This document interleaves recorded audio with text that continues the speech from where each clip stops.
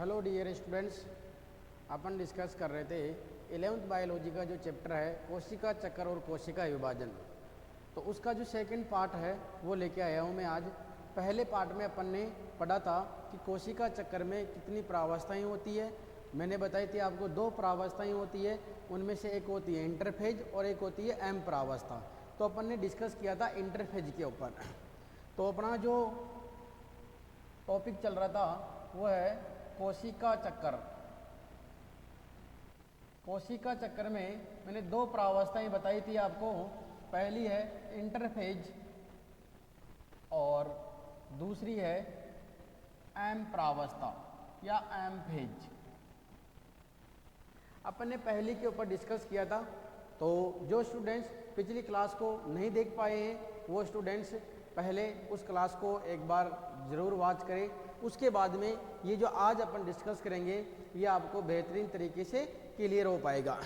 तो आज अपन स्टार्ट करने वाले हैं सेकेंड फेज और वो है एम फेज या एम प्रावस्था।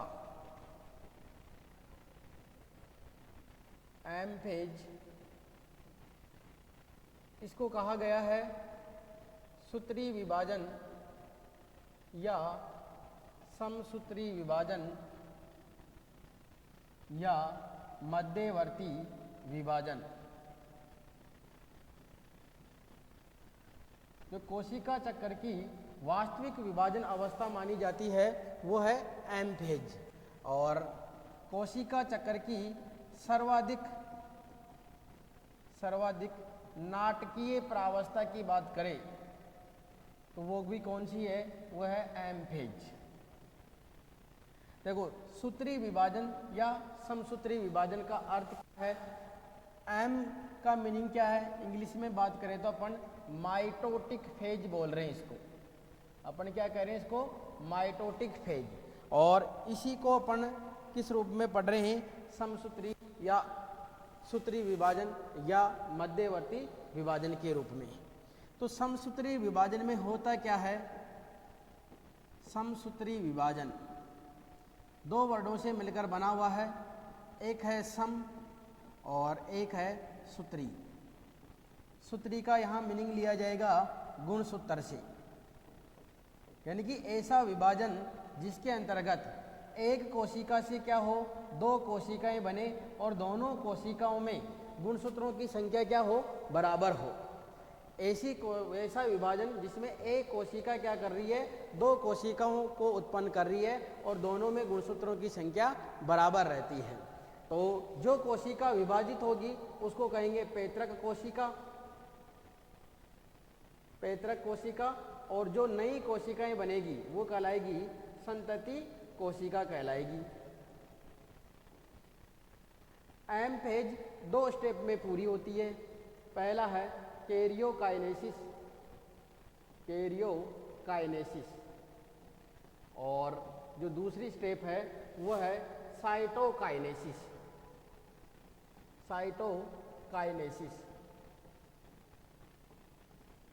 कैरियोकाइनेसिस के अंतर्गत क्या होता है, केंद्रक का विभाजन होता है। केंद्रक का विभाजन वो कहला रहा है कैरियोकाइनेसिस। और साइटोकाइनेसिस के अंतर्गत क्या हो रहा है, कोशिका द्रव्य जो साइटोप्लाज्म होता है उसका विभाजन होता है, यानी कि दो भागों में बढ़ जाता है। जो केंद्र का विभाजन होता है ये 4 स्टेज में होता है। पहली है प्रोफेज या पूर्वावस्था। सेकंड है मेटाफेज या मध्यावस्था। और थर्ड है एनाफेज या पश्चावस्था। और फोर्थ है टीलोफेज या अंत्यावस्था। केंद्रक के विभाजन को 4 स्टेप में पूरा करेंगे, यानी कि 4 स्टेप में ये पूरा होता है। केंद्रक का विभाजन का अर्थ है कि जो क्रोमोजोम है, जो गुणसूत्र है वो विभाजित होगा, यहाँ पर 2 भागों में बटेगा। पहली स्टेप अपने पास में वो है प्रोफेज। इंटरफेज में अपन ने क्या देखा था कि जो एस प्रावस्था है वो एस प्रावस्था दो मुख्य काम करके दिए उसने। एस प्रावस्था ने पहली तो चीज़ है जो क्रोमोजोम है यानी कि गुणसूत्र है उसमें 2 क्रोमेटिड हुआ करती थी, उसको उसने बना दिया 4 क्रोमेटिड वाली। और दूसरा जो तारक काई यानी तारक केंद्र होता है उनकी संख्या 1 थी, उसकी भी संख्या क्या हो जाती है डबल। तो यहाँ शुरुआत में अपने को क्रोमोजोम का विशेष ध्यान रखना है। क्रोमोजोम एस अवस्था से पहले ऐसा हुआ करता है और वो एस अवस्था को पार करने के बाद में उसमें अर्ध गुणसूत्रों की संख्या बढ़ जाती है, यानी कि इसका जो अमाउंट है वो डबल हो जाता है। तो इस प्रकार का अपने को देखने को मिलेगा। इसकी शुरुआत कब मानी जाती है? तो जो गुणसूत्रीय पदार्थ होता है, गुणसूत्रीय पदार्थ का संघनन, संघनन का अर्थ होता है सिकुड़ना, यानी कि जो ये गुणसूत्र होते हैं ये पहले प्रारंभ में कैसे रहते हैं? पतले और लंबे होते हैं, ये धागे जैसे होते हैं, पतले लंबे धागे जैसे होते हैं। और जब ये संघनन की प्रक्रिया हो जाती है इसमें तो ये कैसे हो जाते हैं? छोटे व मोटे होने लगते हैं। दूसरी चीज जो तारक काई है, तारक काई जो संख्या में कितने बताए हैं? 2। ये तारक काई विपरीत ध्रुवों की ओर, विपरीत ध्रुवों की ओर गति करने लगते हैं।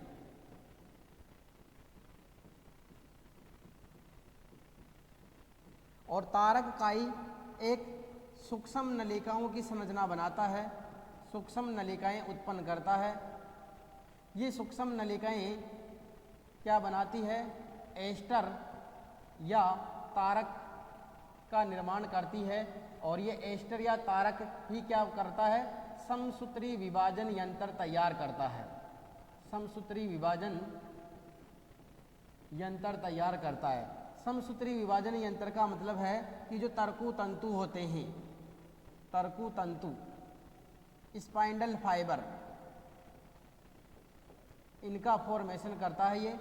जैसे कि डायग्राम के माध्यम से बताना चाहूँ मैं तो पहला जैसे ये है कोशिका झिल्ली, यहाँ पर 2 तारक काई रहते हैं जो एक तो आ जाता है इस ध्रुव की तरफ और एक आ जाता है इस ध्रुव की ओर। जैसे ये एक तारक काई यहाँ पे पहुँच गया, एक तारक काई यहाँ पे पहुँच गया, यहाँ से छोटी छोटी नलिकाएं उत्पन्न करता है ये। इन छोटी नलिकाओं को क्या बोलते हैं अपन? एस्टर कहते हैं, एस्टर या तारक कहा जाता है इनको। क्या नाम दिया गया इनका? एस्टर या तारक कह रहे हैं इनको। इसके बाद की और घटना क्या होनी है इसमें?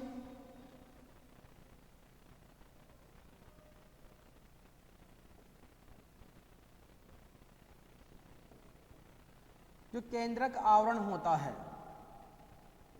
केंद्रक आवरण अदृश्य होने लगता है, यानी कि वो विघटित होने लगता है। केंद्रक आवरण के साथ में केंद्रिका, ये भी अदृश्य होने लगती है। यहां मुख्य घटनाएं क्या जाननी है? इसकी शुरुआत कब मानी जाती है? जब गुणसूत्रीय पदार्थ का संघनन प्रारंभ हो जाता है। तो इसका अर्थ हुआ कि प्रोफेज जो फेज है वो स्टार्ट हो गई है। इसका स्टार्ट होने से पहले जो क्रोमोजोम रहते हैं वो पतले और लंबे धागे जैसे दिखाई देते हैं। संघनन के कारण क्या होने लगते हैं? वो छोटे और मोटे होने लगते हैं। साथ में जो तारक काई था जिसकी संख्या डबल हुई थी, कहाँ पर? इंटरफेज की एस उपावस्था में, वो दोनों तारक काई विपरीत ध्रुवों की ओर जाने लगते हैं और सूक्ष्म नलिकाओं की संरचनाएं उत्पन्न करते हैं। इन सूक्ष्म नलिकाओं की संरचनाओं को अपन क्या नाम देते हैं? एस्टर या तारक कहते हैं। और यही तंतुओं के साथ में मिलके और क्या बनाते हैं? समसूत्री विभाजन यंत्र का निर्माण करते हैं। इसके बाद में सेकेंड स्टेप आती है, वो है मेटाफेज। मेटाफेज इसकी शुरुआत कब मानी जाती है? जब केंद्रक आवरण, जब केंद्रक आवरण पूर्णतः नष्ट हो जाता है तब इसकी शुरुआत मानी जाती है। और जैसे ही केंद्रक आवरण पूर्णतः नष्ट होगा तो गुणसूत्रीय जो पदार्थ है, गुणसूत्रीय पदार्थ कोशिका द्रव्य में फैल जाता है, कोशिका द्रव्य में फैल जाता है। जैसे कि यह है कोशिका झिल्ली, और जो क्रोमोजोम थे डायग्राम के माध्यम से मैंने किस प्रकार का बताया था आपको, 4 अर्ध गुणसूत्र वाला डायग्राम ध्यान रखना है। ये 4 अर्ध गुणसूत्र वाला गुणसूत्र है। तो ये कोशिका द्रव्य में फैल जाता है क्योंकि केंद्रक आवरण लुप्त हुआ मिलता है इसमें। दूसरी चीज गुणसूत्रीय पदार्थ, गुणसूत्रीय पदार्थ यानी कि गुणसूत्र स्पष्ट रूप से दिखाई देने लगता है। यानी कि जो अपन डायग्राम पढ़ रहे हैं, ये डायग्राम यानी कि ऐसा गुणसूत्र पहली बार मेटाफेज अवस्था में ही दिखाई देता है।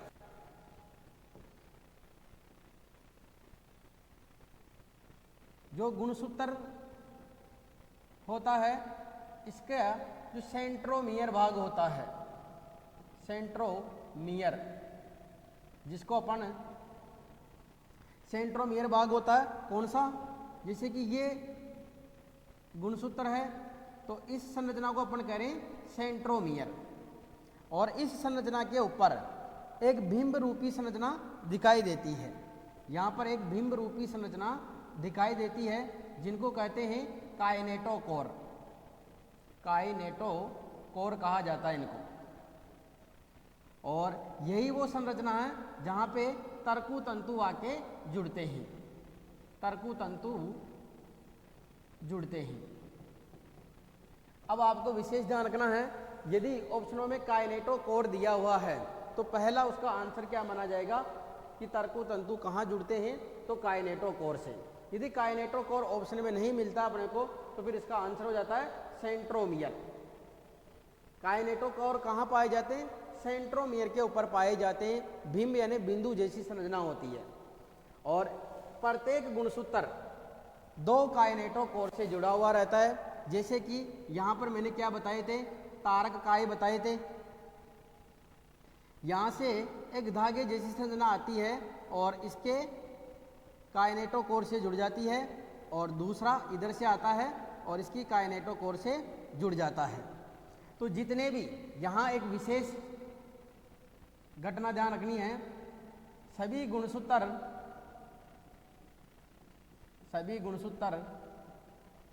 मध्य रेखा पर व्यवस्थित हो जाते हैं, व्यवस्थित हो जाते हैं। तो इसी मध्य रेखा को क्या कहेंगे, जिसे मेटाफेज प्लेट, मेटाफेज प्लेट कहते हैं।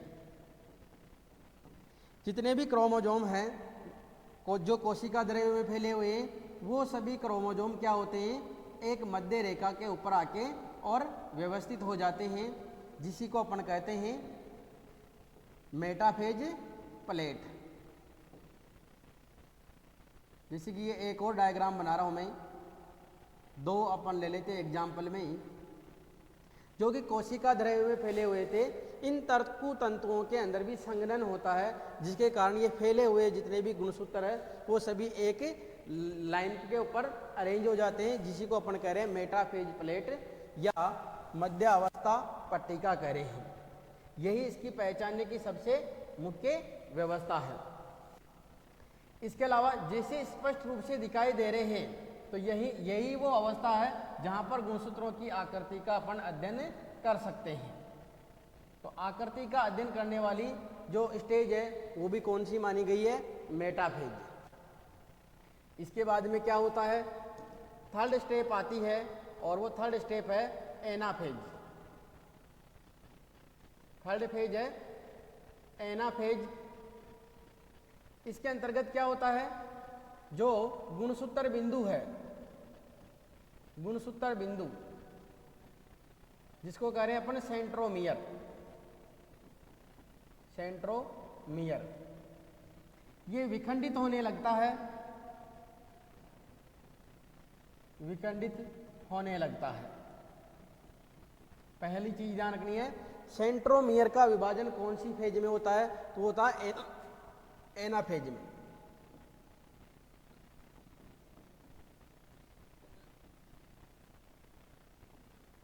इसके बाद में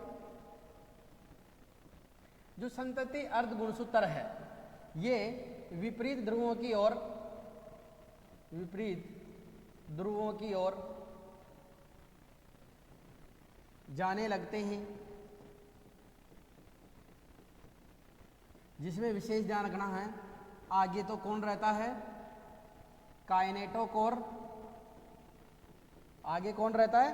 काइनेटोकोर या सेंट्रोमियर। और पीछे की ओर कौन रहता है? भुजाएं। भुजाओं की बात करें तो अर्ध गुणसूत्र, यानी कि क्रोमेटिड पीछे की ओर रहती है। डायग्राम के माध्यम से देखिए इसको, तो डायग्राम अपने को देखने को ऐसा मिलेगा जिसमें ये सेंट्रोमियर है और ये संतति अर्ध गुणसूत्र है। जैसे कि वी शेप जैसे दिख रहे होंगे। यदि सेंट्रोमियर बीचों बीच है तो इनकी आकृति दिखाई देगी वी प्रकार की। यदि आपको ऐसा डायग्राम दिख रहा है तो यानी कि वो क्या इंडिकेट कर रहा है? वो दर्शा रहा है एनाफेज स्टेज को। तो ये है एनाफेज स्टेज। इसके बाद में स्टार्ट होती है टीलोफेज। टीलोफेज, टीलोफेज के अंतर्गत क्या हो रहा है? जो संतति अर्ध गुणसूत्र थे, संतति अर्ध गुणसूत्र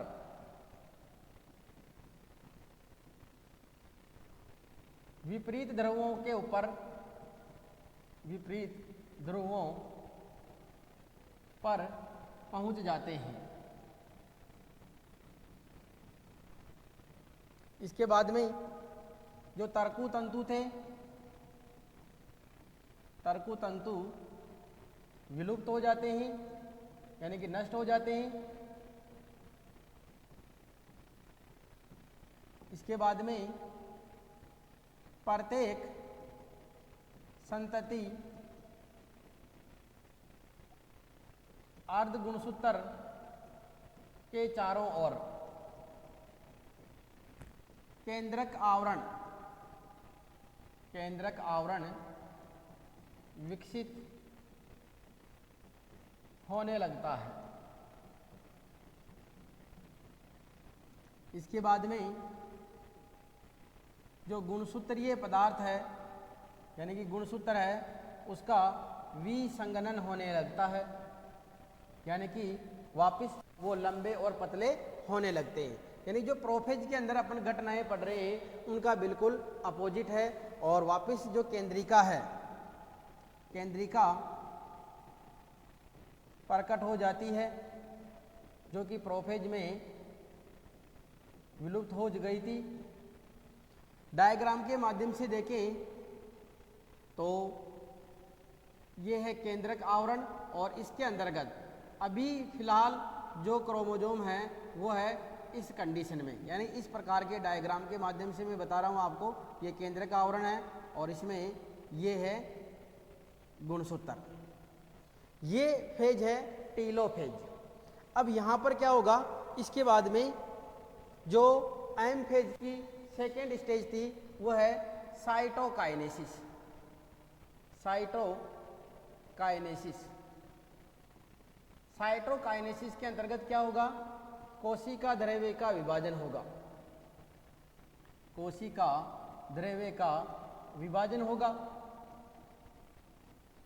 अब कोशिका द्रव्य का विभाजन दो प्रकार से होता है।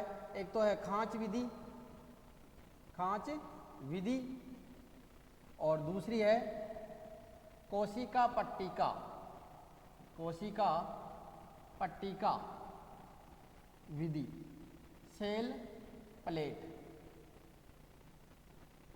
ये चलती है किसमें? पादप कोशिकाओं के अंतर्गत और ये विधि होती है प्राणी कोशिकाओं के अंतर्गत। सबसे पहले अपन देखते हैं टीलोफेज कंडीशन में ऐसी कंडीशन थी अपने पास में जिसमें एक गुणसूत्र है दोनों ध्रुवों के ऊपर। अब यहाँ पे यानी कि जो ये कोशिका झिल्ली है इसके अंतर्गत खांच बनता है। खांच बनने से पहले तो ये कैसी हो जाएगी, डंबलाकार आकृति में परिवर्तित हो जाएगी।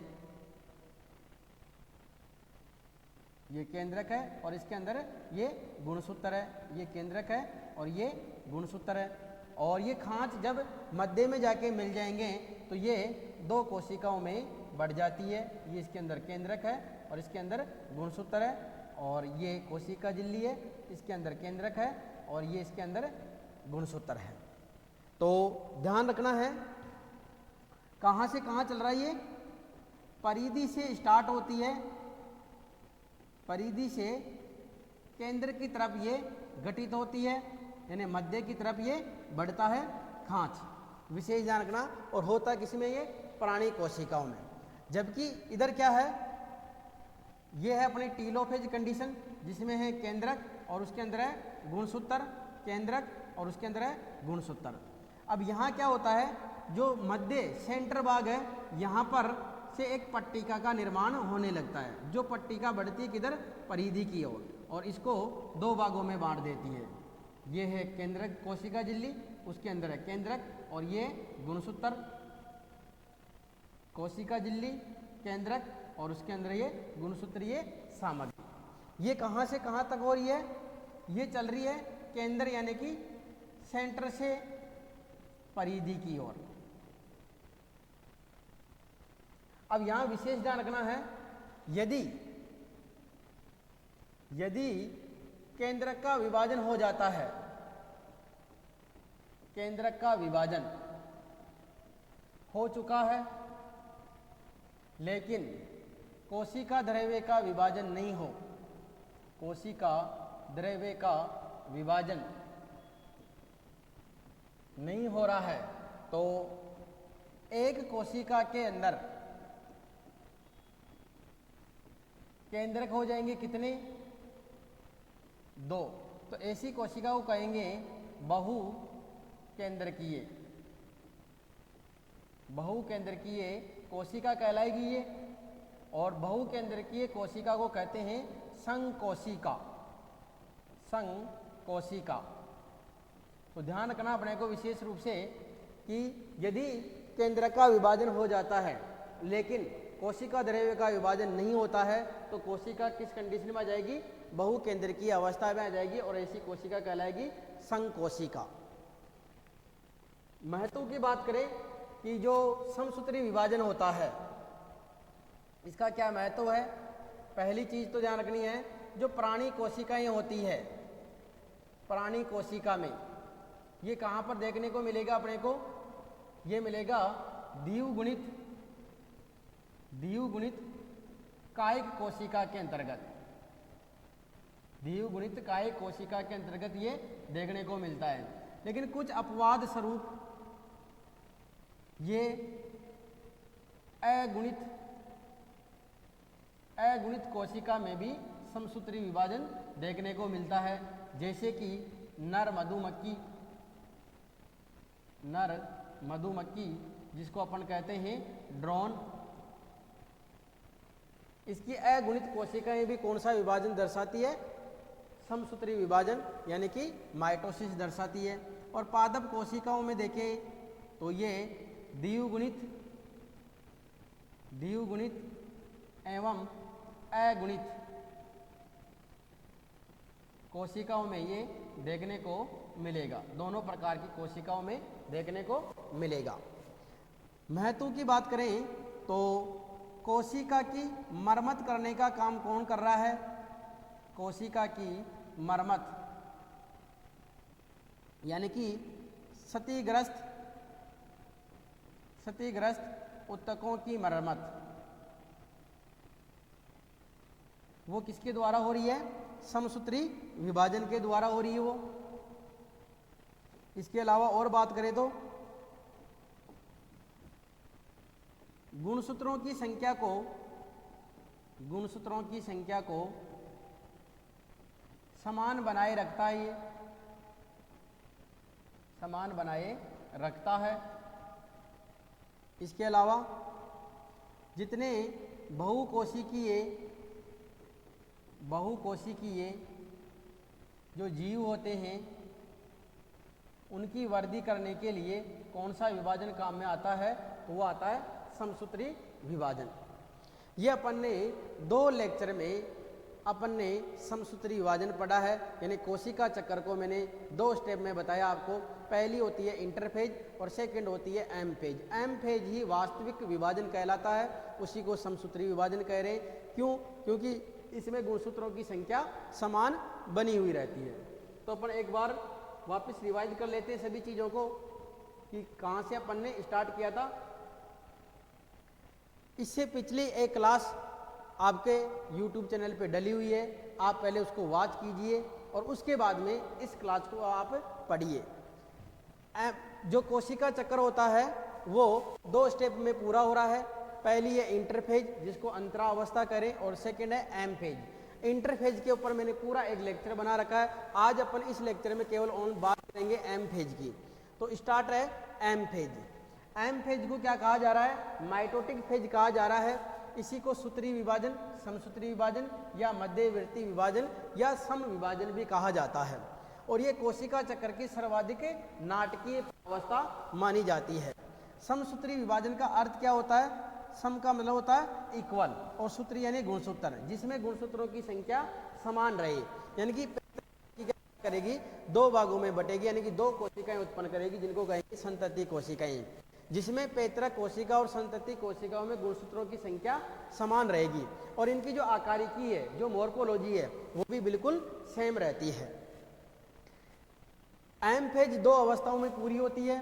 पहली है कैरियोकाइनेसिस और दूसरी है साइटोकाइनेसिस। कैरियोकाइनेसिस में होता है केंद्रक का विभाजन और साइटोकाइनेसिस के अंतर्गत होता है कोशिका द्रव्य का विभाजन। कैरियोकाइनेसिस 4 अवस्थाओं में बटा हुआ है, प्रोफेज, मेटाफेज, एनाफेज, टीलोफेज। अब यदि कोई पूछे समसूत्री विभाजन की अवस्थाएं कौन सी है, तो आपको बतानी है ये 4 अवस्थाएं, प्रोफेज, मेटाफेज, एनाफेज, टीलोफेज। इसमें प्रोफेज सबसे बड़ी अवस्था मानी जाती है, सबसे छोटी अवस्था मानी जाती है एनाफेज। पहली है प्रोफेज। प्रोफेज से पहले जो क्रोमोजोम है वो एस अवस्था के कारण इस कंडीशन से, यानी कि ये थी 2C कंडीशन और ये कन्वर्ट हो गए 4C कंडीशन, और ये भी पतले धागे जैसे होते हैं। तो सबसे पहले घटना स्टार्ट होती है इनमें संघनन की, जिसके कारण ये छोटे और मोटे यानी कि इस प्रकार के दिखाई देने लगते हैं। जो तारकाई है ये संख्या में 2 हो गए थे एस अवस्था के बाद में, तो ये दोनों विपरीत ध्रुवों की ओर जाने लगते हैं और सूक्ष्म नलिकाएं उत्पन्न करते हैं, और ये सूक्ष्म नलिकाएं ही क्या कहलाती है? एस्टर या तारक कहलाती है। ये तंतुओं के साथ में मिलके और समसूत्री विभाजन यंत्र का निर्माण करती है, यानी कि तर्कु तंतु बनाती है। जब प्रोफेज अंतिम चरण में रहती है तब इसका केंद्रक आवरण और केंद्रिका भी क्या होने लगते हैं? धीरे धीरे अस्पष्ट यानी कि विलुप्त होने लगते हैं। इसके साथ में जो गोल्जी इकाई है वो भी धीरे धीरे लुप्त होने लगता है।